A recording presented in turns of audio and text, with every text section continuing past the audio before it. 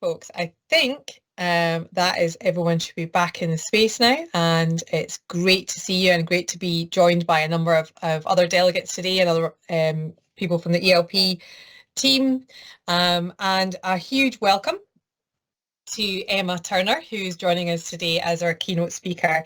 So Emma is a CPD and research lead for Discovery Trust, and also an author of 5, soon to be 6 books about education, some of which are co-authored as well, Education and Leadership. And our keynote today is really based around one of the books that I've been reading and telling everyone I know about, which is her book, Be More Toddler. And I think today, definitely having the snow coming down outside, I was feeling the excitement that every toddler feels when you see the snow, and just the general excitement of today's celebration event. Emma, if you follow her on Twitter, and you can see her Twitter handle there, she describes herself as CPD lead by day and chaos coordinator of 3 children by night. And to be honest, I am a bit in awe of how you've managed to fit in writing the books, co-hosting the podcast Mind the Gap, which is a fantastic one. I'll pop that into the resource channel of Slack as well. And how she managed to do all of that and hold down her day job is maybe a question for us all for later on. And listening to our keynote at last year's Scottish Learning Festival, and I took copious notes, I kept coming back to these points, which really resonated with me and with the things that we've been learning together. You know, we don't need to fit into a leadership mold to have influence or impact on our setting. And everything comes back to knowing our why. Since then, I've been reading the book Be More Toddler and also perusing that podcast back catalogue. And like everyone here, just exploring more deeply about what educator leadership means to me, because like everyone in this room, I have been on a journey over the course of this year. And in fact, it's nearly a year to the day since I joined the professional learning leadership team. So this has been a huge step in my own leadership journey. So thank you very much to Emma for coming here today to speak to our first ELP cohort. And I'll now hand over to you, and I will get out my own journal so I can continue to make notes. Thank you. Thank you for having me. Thank you for inviting me. As Jenny says, there, I've been in education for quite a long time now, 25 years in primary, which is amazing considering I'm only 35. Sort of every role you can do: class teacher, assistant head, deputy head, head teacher. I now work currently for the next few weeks across a trust of 15 primary and special schools in Leicestershire, and I'm just about to move roles over to Birmingham over the border to be deputy director of education across 18 primaries in a secondary over there. So I've done quite a lot of different roles within the sector, and everything that I tell you today has come from real lived experience of leadership.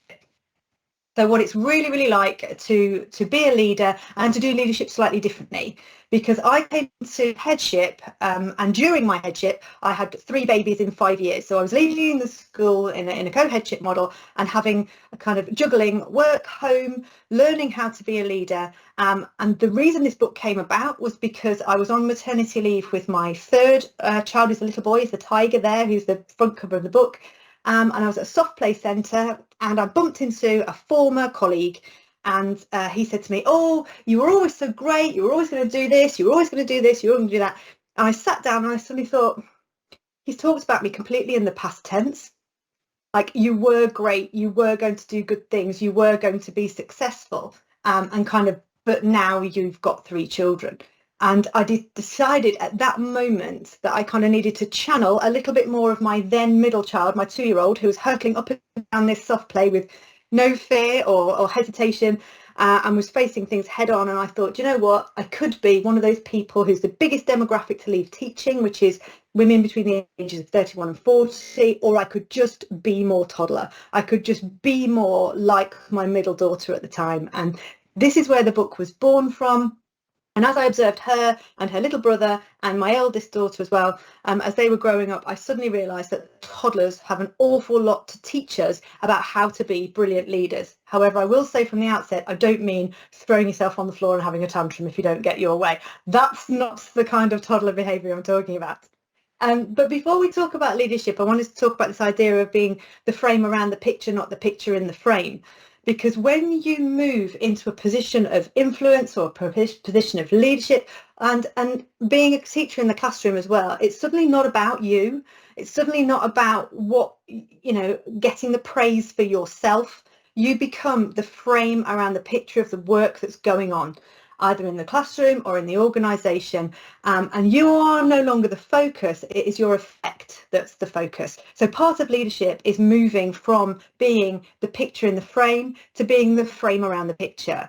Because what I tell all of my cohorts, whether I'm working with early career teachers or whether I'm working with leaders, is that what we pay with as leaders, what our currency is, what we value, is the amount of change we can affect in other people. It's not what we do. It's not, oh, I've amassed these 4 lever arch files of evidence. Well, great, but what have you actually changed? What have you actually improved? What's your impact been?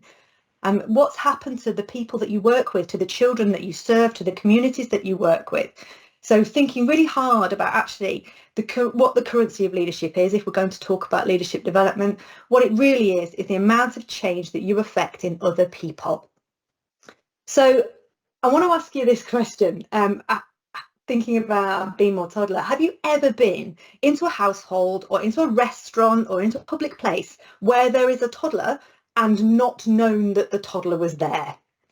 The chances are the answer to that is no, because wherever there is a toddler, there is evidence of a toddler, and that's partly because the smallest chicks rule the roost, especially as it was in my house. When you've got a household that's got a toddler in it, it completely upends your world. You change the way you eat, the way you sleep, the places you go, how you socialise, what your diary looks like. Holidays, absolutely everything changes. And yet these little tiny people who come into our world, they don't do this through massive leadership skill. They haven't read a manual about how to affect change. It just happens.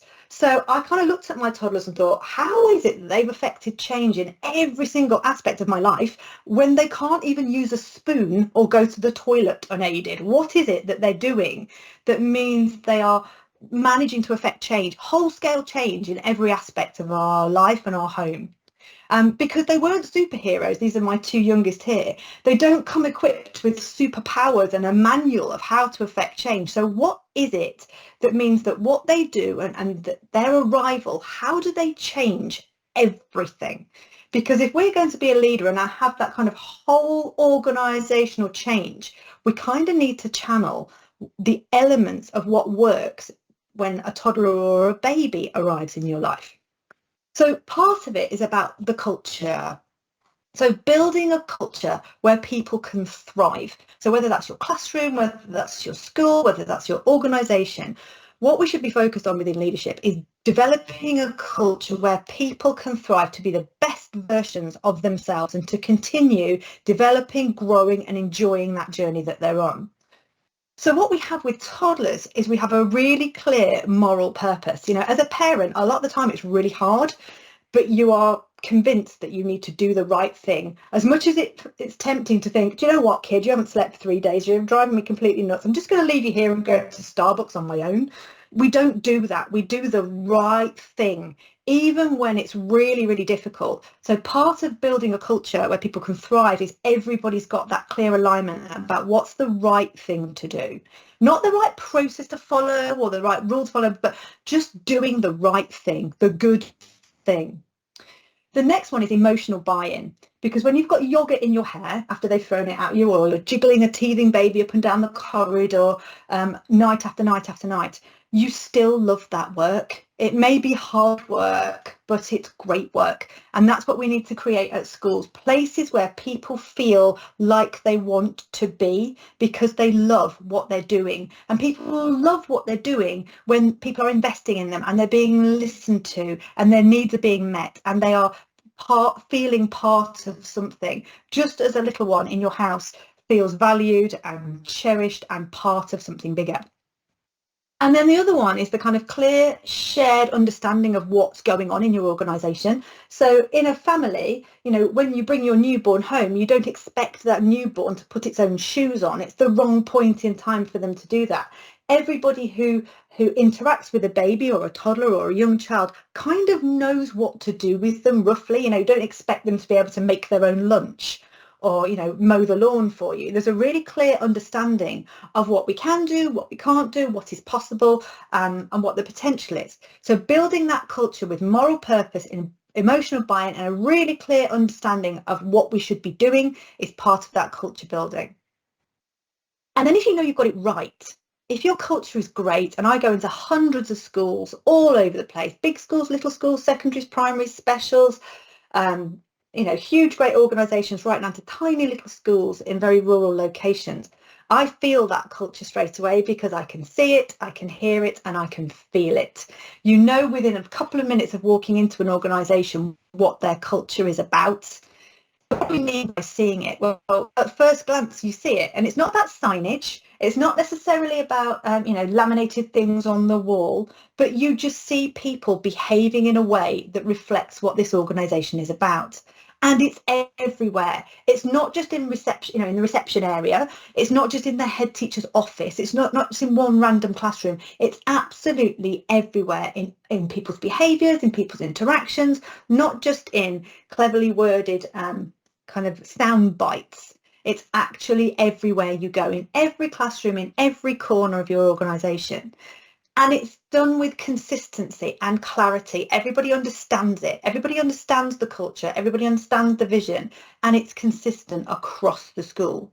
Now, that's not about making sure everybody does exactly the same thing all the time, but that's about having a really clear set of guiding principles or guiding ways of working that allow you to interpret that for your own stage, phase and setting, but you're working towards something common and you're doing that consistently. So when you hear it, when I hear a great culture, I overhear people talking about their work, and they do it with positive regard. They talk about their work positively, and they have purposeful conversations with real clarity. They're talking about improvement, or they're talking about reflection, or they're talking about you know, what they intend to do next week or next month or next year. And people are making suggestions. When you've got a great culture, people make suggestions. When you've got a fearful, potentially toxic culture, people don't make suggestions for fear of being ridiculed or for fear of being not listened to. So when I hear suggestions being made, I know there's a great culture.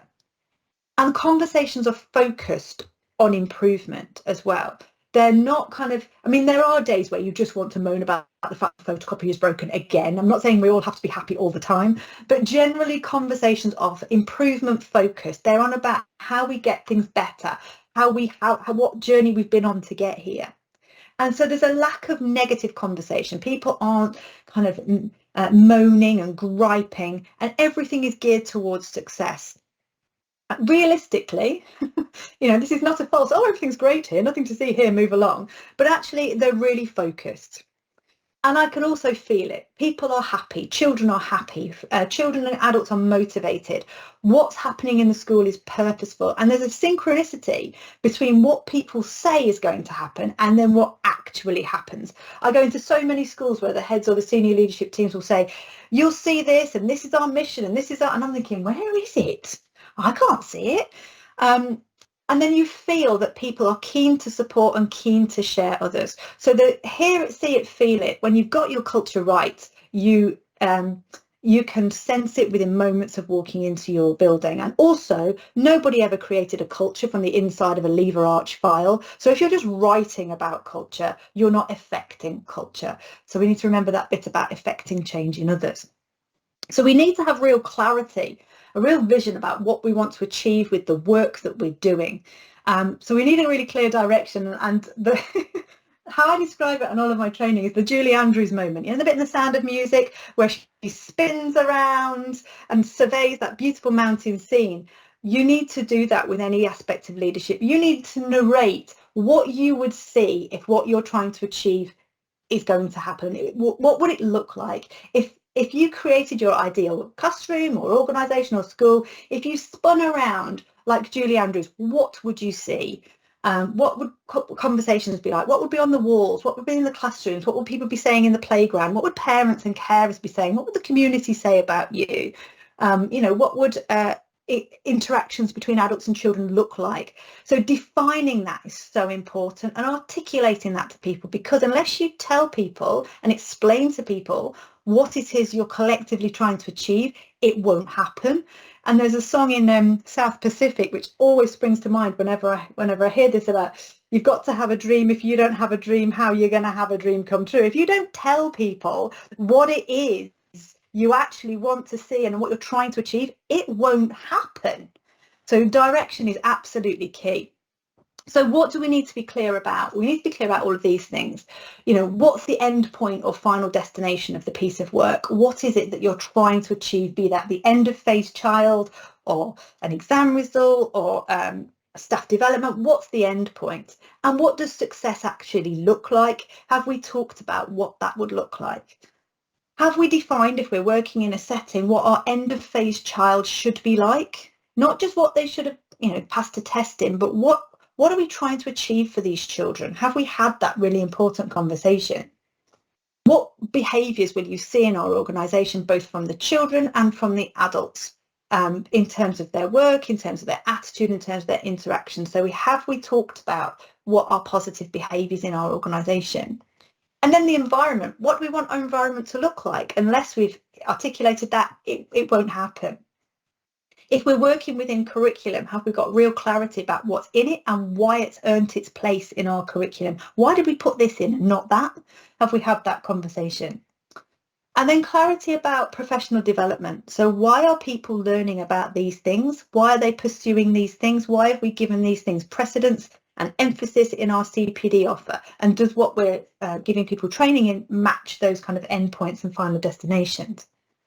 And then is everybody clear about priorities? I always find it interesting when I go into schools and I ask people what the school priorities are and they don't know. And that's not about people parroting back, you know, well, action point 1 is this and action point 2 is that. It's not about that. But does everybody in your organisation actually know what you're trying to achieve? Because if they don't, again, it won't happen. And then any kind of cohort profiling. So if you're working in a school, do you know what the profiling of your cohort is? And I don't just mean attainment-wise. You know, what kind of experiences will these children have had? What support do they have at home? What's important to them in their communities? Do we know enough about the children that we serve? Well-being, obviously. What is well-being like in your organisation? And is what you're doing or asking people to do supportive of a maintenance of ongoing good well-being, or is it likely to impact negatively on it? Who's responsible for what? The number of times I see the hot potato pass from person, oh, not me, that's not me, that's not me. Is everybody clear about what it is they're meant to be doing and their kind of piece in the jigsaw? And then are we clear about what it is we're trying to achieve?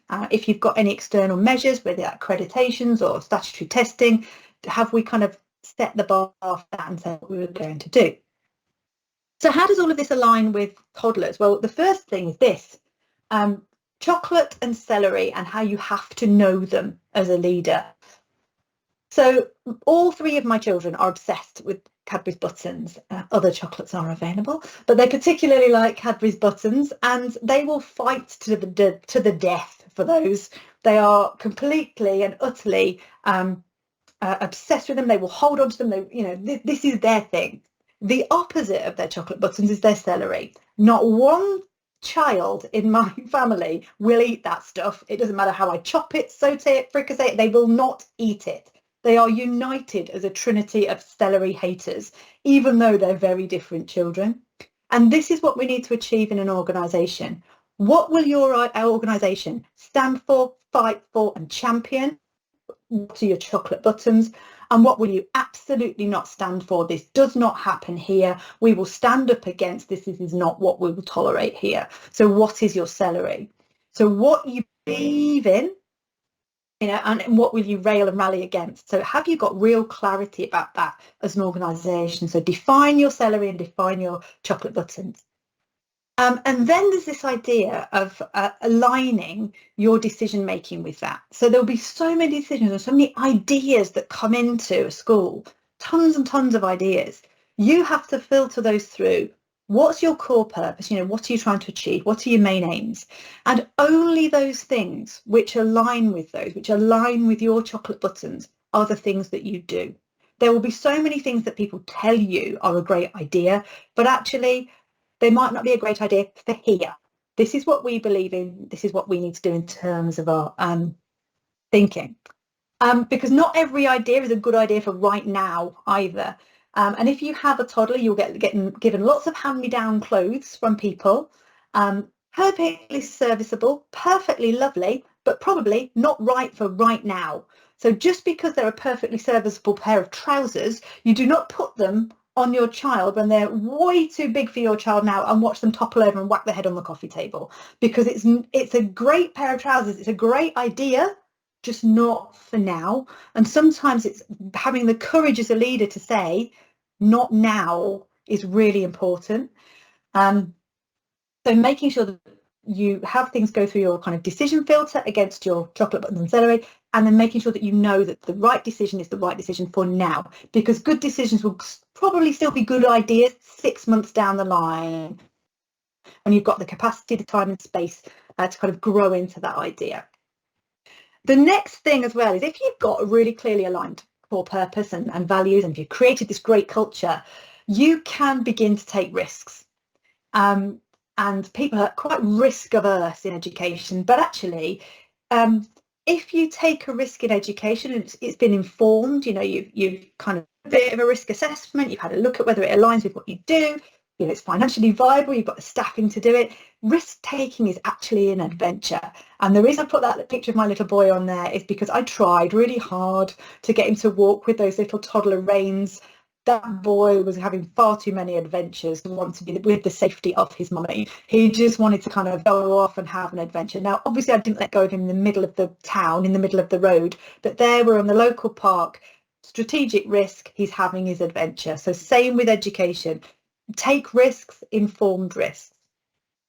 And then making sure that when you do start to do something new, you do start to implement some actions, that they're really clearly aligned with your vision, they're really clearly aligned with your intended outcome. And that's a bit like getting the shoe on the right foot, because unless we help and support colleagues that we work with to go, no, left a bit, no, left a bit, no, not like that, like this is what we're trying to do, then we don't support people in helping to achieve our plans as well. So making sure that we've got really clear alignment with everything that everybody understands, and then supporting people through that implementation process, we won't get the shoe on the right foot.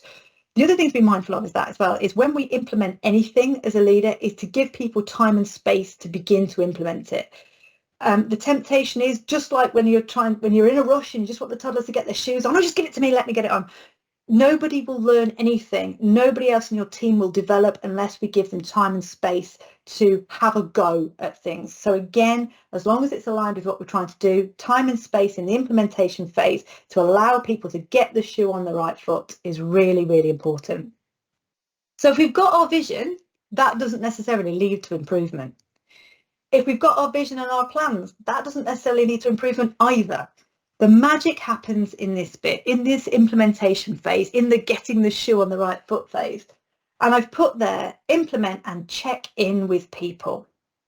So I hate the phrase checking up. I much prefer checking in, and I write a lot about it in the book, because it came from a car journey, a horrendous car journey that I write about, of which we will never speak again, and still gives me nightmares, with 3 of them on the way to a famous holiday park in a gale, in a massive traffic jam. But the eldest one would keep saying, are we there yet? Are we there yet? And whenever you've got a child who asks that, they never say, am I there yet? They always say, are we there yet? So in the implementation phase, it's recognizing everybody has a part to play. In the car, I am snacks and music. Daddy drives, the children in the back. Everybody's got their roles. My eldest controls the decision about when we stop at the services. But everybody has a role, and it's the same with implementation. Are we there yet? What we need to do when we're in that implementation phase is to check in with people and say, how far along to doing this are we? What do we need help with? What do we need support with? Not, have you done it? So in that implementation phase, it's checking in with people, not checking up on people. How are you? How far have we got? How's it going? What do we need support with? What do we need help with? What do we need to happen in order for this to move forward? So are we there yet as a team? And then recognizing that chaos will happen, but it's how you respond to it that's really important. Now, my eldest daughter, when I first gave her a soft-boiled egg, We'd been playing with the ball all morning, throwing it backwards and forwards, and I gave it a little soft-boiled egg, and I turned around in the kitchen. This egg sailed across the top of my head and smashed on the wall and slid down the wall. Now, I could have gone completely bonkers and thought, oh my goodness me, what have you done? Don't throw eggs, that's ridiculous. She'd never had one before. She'd equated it with the ball that we'd just been looking at. And actually, that was my first glimpse of the fact that these trophies behind me are all because she's a fantastic athlete, track and field athlete. That kid can throw. So sometimes when you have a problem at school, somebody will react to something and you will see a glimmer of brilliance, a glimmer of problem solving, a glimmer of a talent that you didn't realise you had in your team. And it's how you react to that and build on that and strengthen that and develop your team. So problems and challenges will always come up, but it's looking at how people respond to those and recognising and developing on the talent that people have in those situations. So have you got any egg throwers on your team? And then this one as well, when we're thinking about learning and development, was red sky at night, angel delight. This was my middle daughter driving home from my mum's one day. She said, look, mummy, look at the sky, red sky at night, angel delight. And I was like, no, it's not red sky at night, angel delight, it's red sky at night, shepherd's delight. And she just went, oh, right, okay. How often do we do that as adults, to just go, oh, right, okay. She didn't go home that night and go, oh, I can't believe what I just said, that was so embarrassing, that was so awful, they must think I'm really stupid, I can't go into work tomorrow because I just feel like such a twit. They don't do that as toddlers. Toddlers just take feedback and think, okay, I will learn from that and move on. So one thing we can learn from toddlers as well in our leadership journey is accept the feedback, be a learner, move on. And if you ever get any feedback from somebody where you realise you've made a mistake, I want you to say to yourself, red sky at night, angel delight, take the feedback, learn from it, move on. But also it's really important to have somebody to look up to. Now, I've given up trying to get a photograph of my two daughters facing the camera. It doesn't happen because my little one is in awe of her big sister. She absolutely adores her, wants to emulate her, wants to copy her, just wants to be her. She is her idol. I've been lucky enough in my career to find people who make me, who I look at like my one looks at my eldest one. So it's finding somebody who inspires you, who you look up to, who you learn from. Leadership can be a lonely journey, but actually you need to find somebody to inspire you and keep you going. So you need a cheerleader, a champion, somebody to help you along that journey. So really invest in mentoring, in networking, in your professional reading and learning groups, because when the going gets tough, to have somebody who's either been there before or can support you on the journey is so, so important. And if you are lucky enough to work with somebody who is like that, is thinking about how you can emulate what they're doing, not in a kind of stars in their eyes tribute act, but how you can emulate that for people, other people in your organisation, and being that person for somebody else as well. But leadership is hard. Sometimes it's scary. Sometimes there will be metaphorical monsters under the bed. But unlike toddlers, when they have a nightmare, it's mama. And they come in and they ask for reassurance and they ask for help. Very often in leadership, we don't. We go, right, I'm just going to sit and try and work it out by myself. I'm not going to tell anybody. I'm not going to seek any support. I need to work this out. We need to be more toddler again and seek help when things are scary. There are people out there who've been in those situations you've been in, who'll be more than happy to share their wisdom with you. Lots of times we have to deal with traumatic or difficult or challenging themes within education. We have to shout for help, and nobody thinks any the less of the leader for saying, I could really do with another perspective on this. I could really do with a handhold on this. Nobody ever says that. So shout for help if you've got a metaphorical monster under the bed. And then meet your own basic needs. We are terrible in leadership. We think, right, I don't need to eat. I'm going to survive on coffee and one piece of cake from the staff room for a week. I'm not going to do any exercise and I don't need to sleep. Well, actually, we are not superhuman. We are still human. And actually, somebody who turns up nourished, rested, and who's had the time to have some downtime and some playful time with things that they find restorative is so important as a leader. If you model burnout, that's what your staff will emulate. So you have to prioritise your own well-being, to do your job, but also to model how you should be a leader and how leadership is is wonderful, but also manageable. So making sure you're not developing that culture of presenteeism or thinking it's okay to not eat, not sleep, to, you know, work all weekend. That's not great. So meet your basic needs as a toddler. No toddler ever said, I'm not going to eat my lunch today. I'm 40, but I just need to finish this spreadsheet, or I just need to finish these building blocks. They just don't do that. Neither do they say, you know, I'm not going to go to bed. I've got to finish my work. It's not like that. My little one would come and say, Mummy, I'm tired, I need a rest, and would just sit on the settee. So sometimes we need to say, I'm tired and I need a rest. That is the idea of smashing stereotypes. You don't have to do things the way they've always been done. When we set up the co-headship back in 2008, we were one of the first in the UK. We were one of the first all-female ones, and definitely the youngest ones. Completely smashed every stereotype. Not purposefully, we were just kind of doing a little job of work. We didn't realise we were doing it at the time. But don't ever accept you can't do it because it's always been done like this. Challenge the status quo, smash the stereotypes, and those are my three there. My little boy being Cinderella, my middle one who was told at birth that she would constantly have problems with her movement, her vision, her hearing, all aspects of her development. That was her running her very first 3K and absolutely smashing every stereotype, every box that everybody wants to put her into. And then my eldest, who's the biggest football fan you will ever meet and is absolutely fearless. Last couple of things then, that every day is a new day. So making sure that we don't hold grudges, that we don't have that awful inner talk, that awful inner scene replaying where we go over and over and over a meeting or an interaction or a piece of feedback. If we do make a mistake, hold your hands up and apologise, and no negative self-talk. And the reason I put that picture there is not because I want you to go around giving your colleagues a big kiss on the cheek, but it's actually because 2 seconds before that picture was taken, my daughter had actually whacked my son over the head with one of those books.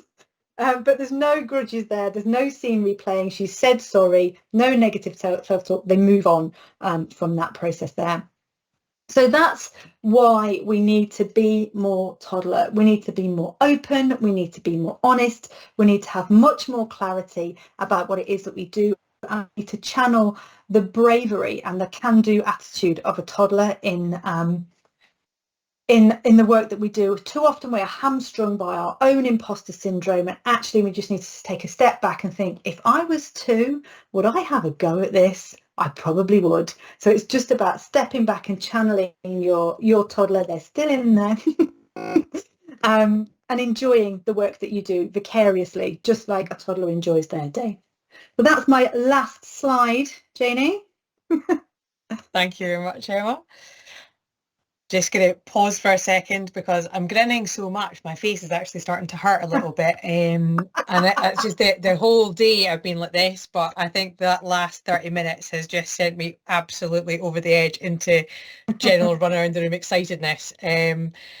So I'm just gonna, I want to thank you in terms of, on behalf of everybody here, because I feel like I should probably do that, because I'm sure everyone wants to as well, and there's lots of comments going into the chat, and just thank you so much for joining us today. Absolutely love this. As ever, I've taken so many copious notes that I wish I could read my own handwriting. But, I'm thinking about everyone here and the thoughts that they're having in terms of their own leadership journey, where they've come from. We're all, everyone's practitioners here, not necessarily. Some have moved into promoted posts throughout this time, but most of us are actually at the stage where we are definitely the influencers, I think, rather than the traditional sort of leads. So, I'm just thinking, we've learned so far about building that culture where people can thrive. I definitely think we've thought a lot as a team about our chocolate buttons and celery, but I think that's a brilliant way of thinking about it. Absolutely fantastic. And just take risks makes me grin all the time as a former science teacher. If it's not on fire, then we're all good is my motto.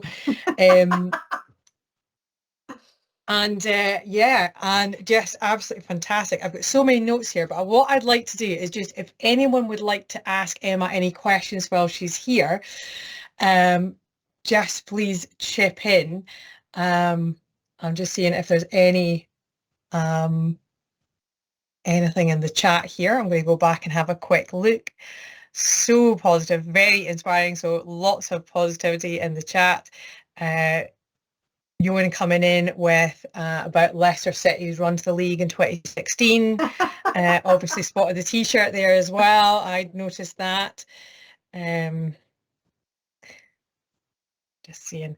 So my big thing is, from having read your book and having listened to you speak now a couple of times, just, in terms of the people here today, they've been trying things, they've been taking risks, they've been trying something new, they've got to the stage that now really they're about sort of that sharing, and nudging and encouraging their colleagues. Is there any advice you would give them to support them at that kind of stage, when they're trying to sort of maybe nudge things around a little bit and be a bit more brave in their own settings? Okay. If you're going to implement anything, you need to take something away. That would be the first thing. So if you're asking anybody to do something, is making sure that you've taken something off their to-do list. So if you're going to put something on someone's to-do list, also put something on their to-don't list, so that they actually feel like they've got the time and space to kind of attack what it is that whatever you were going to do. Also, is that really clear articulation of why you're doing it? How does it fit in with their beliefs of education, or their beliefs of how they run their classroom? Where does it fit in with the wider work of the school? Where does it fit in with the bigger picture about the developing of education? So too often we rush straight to the what and the how, and we don't explain to people enough of the why and get that emotional buy-in. So in that implementation phase, I would also think about the why as well as the what and the how. And also recognizing that your thinking is 6 months, a year down the line from anybody you're trying to roll it out with. You've sat with this and ruminated on it for quite some time, but everybody that you're presenting it to is potentially novice in this. So recognizing that as much as you want to rush things through, that actually slow and steady wins the race, and you've got to give people the time and space that you've been afforded to kind of get to grips with the content as well. So implementation is slow and steady, and informed. It's not a big mad dash, and take things off people's to-do lists if you're going to ask them to do something more. Absolutely. Couldn't say I agree with that principle anymore right now. I see my colleague Melina's coming in. Melina? Thanks, Emma, for an inspirational presentation. As always, I heard you at the Scottish Learning Festival and it was incredible. I was just wondering around the importance of learner voice. So we've got lots of participants in nurseries, schools, youth work settings, who have been looking at inquiries and trying to capture learner voice. And I was wondering if you had any advice around that, the importance of any change that as a leader, how can you capture learner voice and perhaps be inspired by that? And for me, that throwing the egg on the wall, like how far does it reach? The good example that curiosity and thinking out of the box that learners can bring. I think that part of the curiosity and inspiration doesn't happen unless there's space. So it's looking at how cluttered or crowded your curriculum is, how cluttered or crowded your kind of overall work intentions are, and leaving the space for kind of inspiration to strike and for curiosity to happen. So it's not being afraid to, when I talk about curriculum design in my other work, I talk about an 80-20 rule, about if you plan for 80% of the time, that leaves you 20% of the time to listen to the children, to get feedback from who you're working with, and then to either go back over what it is you were doing or to explore another avenue that they may have come up with. But if you're always trying to do things at 100 miles an hour, you won't have space to listen, and you won't have space to respond, and you won't have space to be creative. So as much as we want to really pack in things, creativity doesn't happen in kind of really busy spaces and really busy states. So it's making sure that you give the time and space to listen and for that creativity to happen. Thanks, that's really helpful.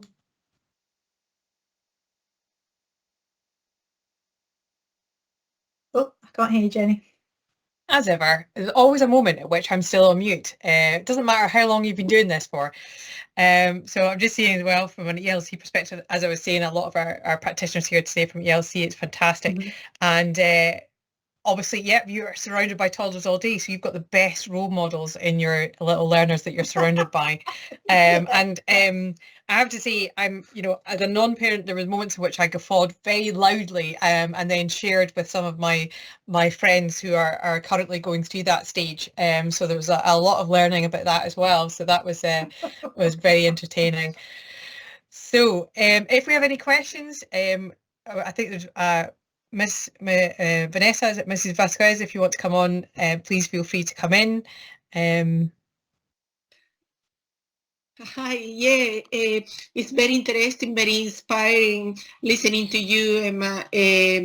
And yes, one of the big questions when we are working with younger ones as inspiring a team and making that vision, how do you manage to sustain that?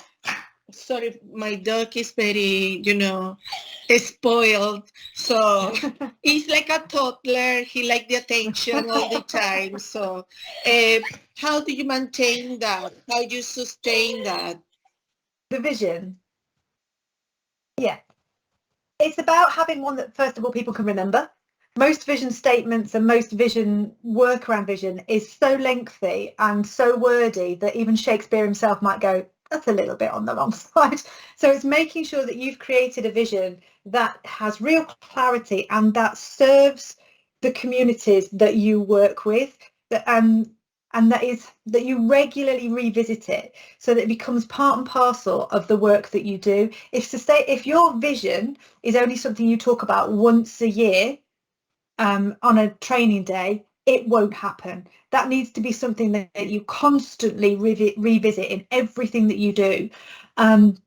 Every staff meeting, every training day, every piece of interaction with parents, with carers, talking to the children, this is what we value, this is how we work here. It has to become part of the everyday kind of parlance of your organisation. It can't just be something that you revisit now and again, otherwise you will forget it. So a sustainable vision is a lived vision. That's one that you have reference to all the time, and it forms part of everything that you do.